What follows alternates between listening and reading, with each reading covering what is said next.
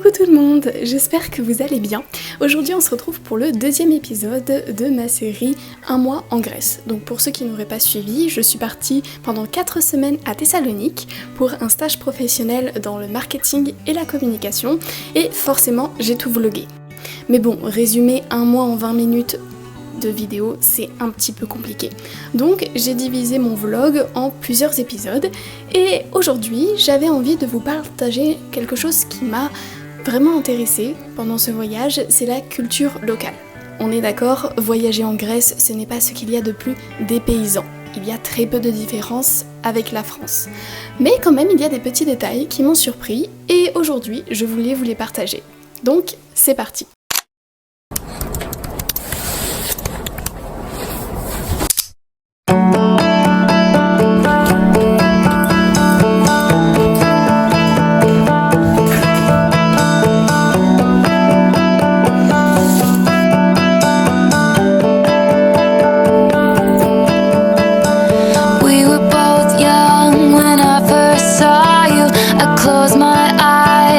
Flashback starts, I'm standing there on a balcony in summer air.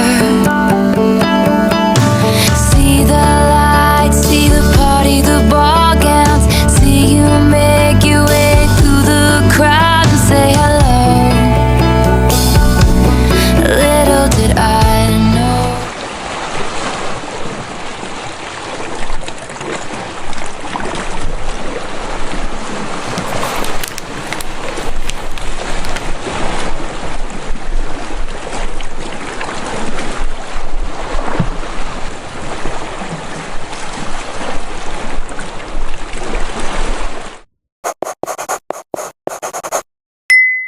La première chose qui m'a choquée dans le bon sens du terme quand je suis arrivée en Grèce, c'est la sécurité de la ville.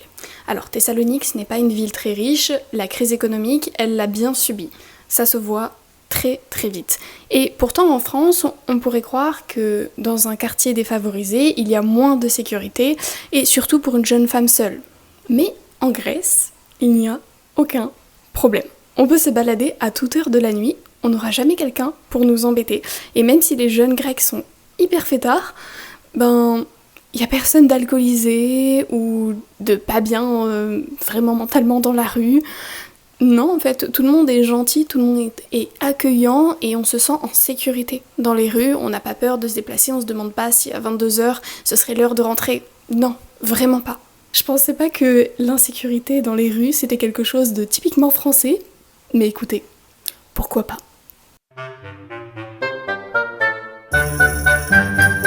Un peu dans la même dynamique, la population est hyper bienveillante et hyper hospitalière.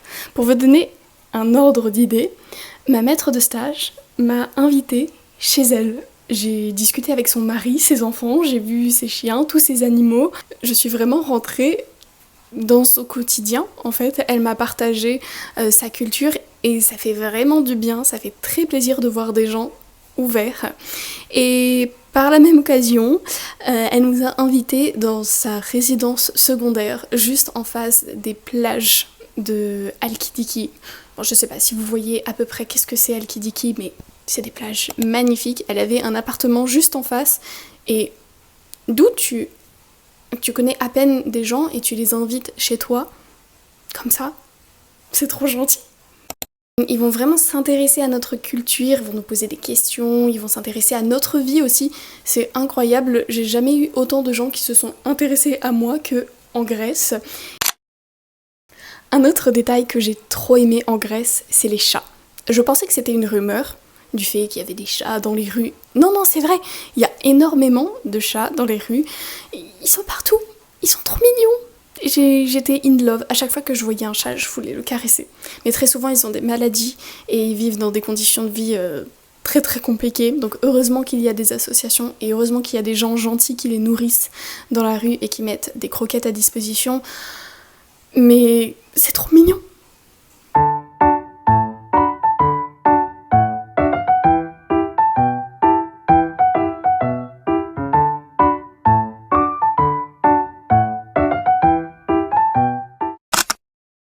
Maintenant, parlons de mon sujet préféré, et de la chose la plus importante qu'il existe sur Terre, aka la nourriture.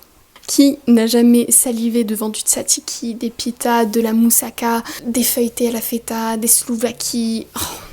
Tout est si bon, vraiment j'ai encore le goût qui me revient en tête.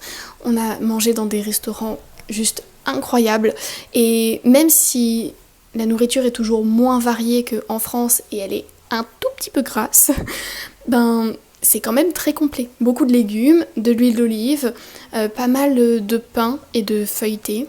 La nourriture là-bas respire la plage, les vacances et la bonne humeur. Et je te laisse faire l'intro. On va faire une dégustation de produits grecs. Voilà. On a été dans un supermarché, on a pris tout ce qu'il n'y avait pas en France. On a acheté ces trucs-là que je n'ai jamais goûté. Des algues. Non, des feuilles de vigne. Je suis désolée, ça ressemble à des algues. Là, ça ressemble à du caca, mais... On a pris des petits biscuits. Voilà. Ouais. Et moi, j'ai pris un Coca Stevia. Je crois qu'il y en a... Qui a exactement le même goût que le coca. Oui, c'est vraiment la même chose. Il y a juste un petit goût sucré plus doux. Voilà. On va goûter ça ensemble. Alors moi, j'ai... C'est là qu'il faut sortir les compétences en grec. Voilà. Des lianiotikos. Lianiotikos. Oula! La tête du chocolat. C'est de la pâte philo avec des noisettes et des noix à l'intérieur. Et alors, je suis désolée, mais on dirait du kobo pour... On dirait de la litière de mon chat. C'est vrai, regarde. Et bah goûtez. C'est pas délicieux, mais c'est très sucré, donc ça passe. Toi, t'as pas l'air convaincu. Est-ce que si je dis j'ai vraiment l'impression de manger des granulés de la litière de mon chat, c'est vrai? Tu veux goûter un bout?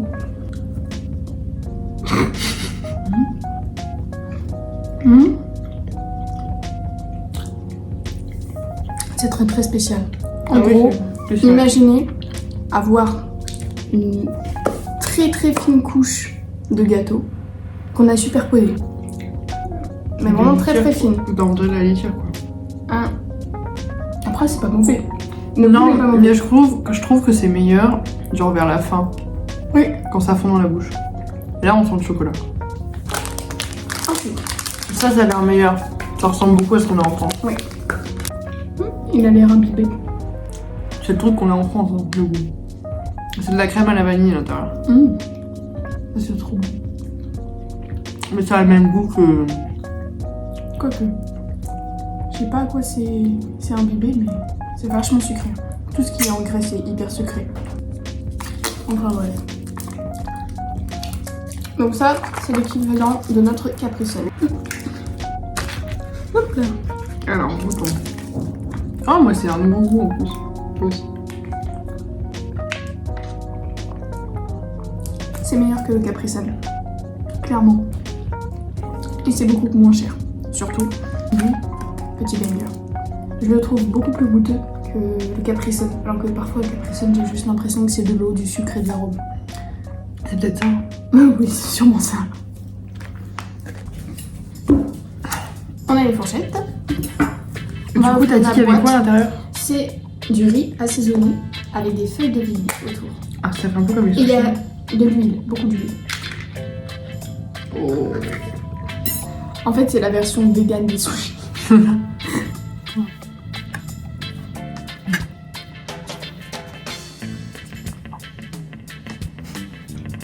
C'est bon en vrai.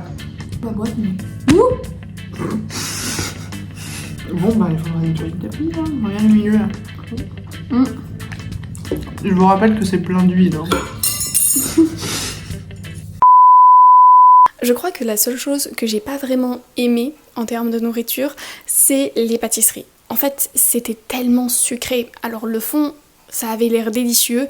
Par exemple, il y avait de petits cônes avec de la pâte philo. Je crois qu'on dit fimo. Moi, je sais plus. Une sorte de pâte feuilletée et de la crème à la vanille à l'intérieur. Sauf que c'était ultra sucré. On avait l'impression de manger un bonbon énorme. Sauf que c'est pas pour ça que je mange une pâtisserie. Et pareil, on avait pris une fois des loukoudamès. C'est des beignets, des gros beignets, comme ça, qui sont plongés, baignés dans du miel et du chocolat. Du miel chaud, au moins 5 cm dans la boîte, les beignets et du coulis de chocolat. Sauf que c'est trop. C'était beaucoup trop, vraiment, juste en humant l'odeur des beignets, j'ai pris 3 kilos, je vous assure. À la fin, c'était écœurant, j'en pouvais plus. Je crois qu'au fond, j'ai vraiment découvert qu'est-ce que c'était le café en Grèce. C'est incroyable à quel point ils en boivent. Tout le temps, à tout moment de la journée, aussi bien à 9h du matin qu'à 23h le soir. Il y a des coffee shops de partout, dans chaque rue, parfois 3-4 par rue. C'est un truc de dingue. Et en plus, ils ont beaucoup de boissons différentes. Mochaccino, Michelo, Cappuccino. Il y en a tellement, j'ai pas tout compté, j'avoue. Et c'est tellement bon. En plus, ils rajoutent un tout petit peu de sucre, ce qui adoucit le goût. Et quand c'est froid, je le trouve beaucoup moins amer. Voilà, j'ai jamais bu autant de café de ma vie, je crois. On en avait d'ailleurs trouvé un avec Clémence, un coffee shop juste à côté de chez nous. Et on y allait tout le temps parce que c'était trop bon. Ils faisaient leur crème chantilly maison. À chaque fois, ils nous offraient en cadeau une petite meringue avec un fourrage à la vanille. Enfin, le paradis sur terre, quoi. Incroyable. On a craqué. Encore. Ouais, il va vraiment falloir qu'on apprenne à se limiter sur ça. Oui. Parce qu'on n'aura plus d'argent. C'est la dernière fois. Ouais. On y croit. On n'y croit pas du tout. C'est pas la dernière fois. Mais c'est trop beau en même temps. Oui. Et c'est bon. Oui, et puis on n'aura pas ça en France, donc il faut bien qu'on profite. C'est ça. On découvre la culture. Ouais. Bien sûr, si on a pu se payer tout ça et se faire autant plaisir, c'était aussi parce que les prix étaient très bas.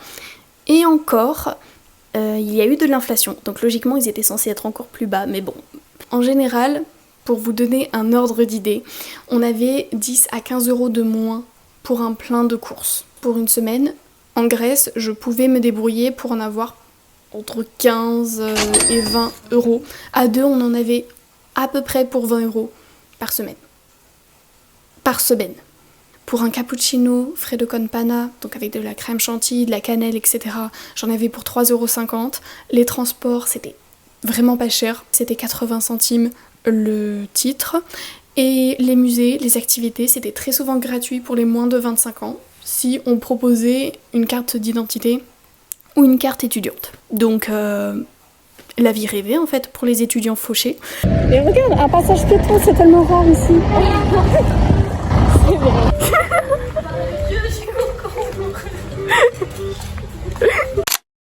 Le rythme de vie. De manière générale, les Grecs sont très chill. Mais vraiment chill. Pour vous donner un ordre d'idée, je commençais mes journées à 11h à l'association et je les finissais à 16h.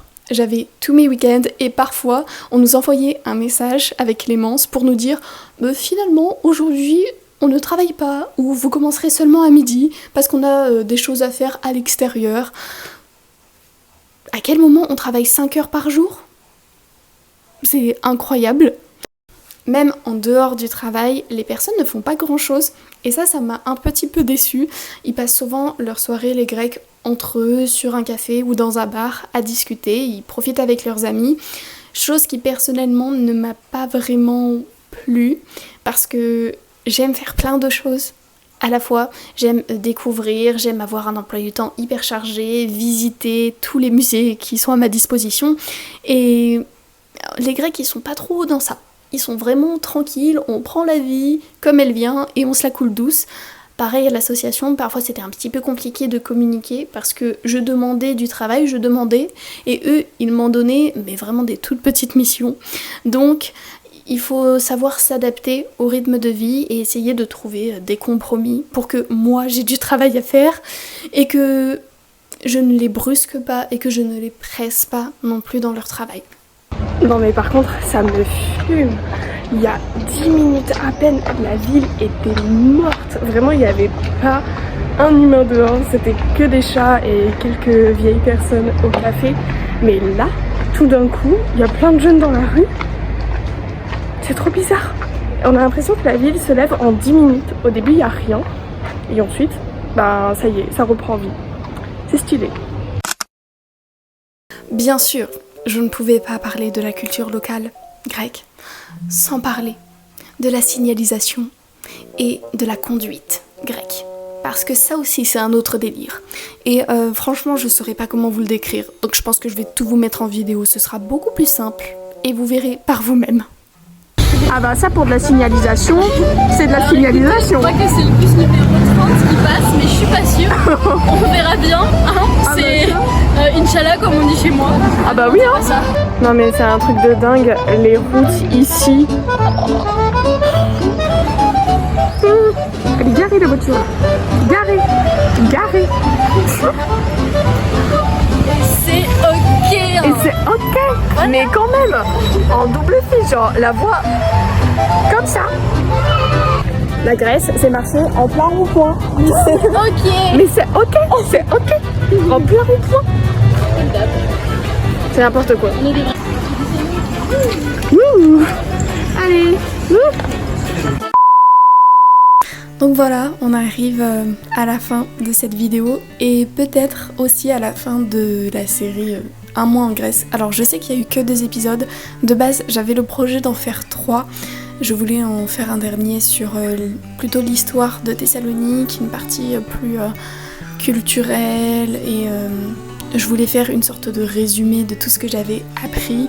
Sauf que au niveau du timing, ça va être très compliqué. J'ai la rentrée qui arrive bientôt et mon emploi du temps va être très chargé au début. Donc peut-être que si vous avez envie, je pourrais essayer d'en refaire une dernière. Mais en tout cas, c'est pas dans mes projets pour l'instant. Mais j'ai vraiment trop aimé la Grèce. J'ai aimé aussi vous le partager, c'était incroyable. Et j'ai vraiment envie de retourner à l'international maintenant dans un cadre professionnel, mais aussi personnel. Voilà, j'ai des petits projets perso qui me sont venus en tête pendant que j'étais en Grèce, mais ça demande aussi du budget, ça demande du temps et c'est vrai que j'évite de prendre l'avion le plus possible pour des raisons écologiques. Du coup, voilà, il faut que je jongle avec ça. Donc j'ai hâte de vous partager la suite de mes aventures internationales. Voilà, bisous.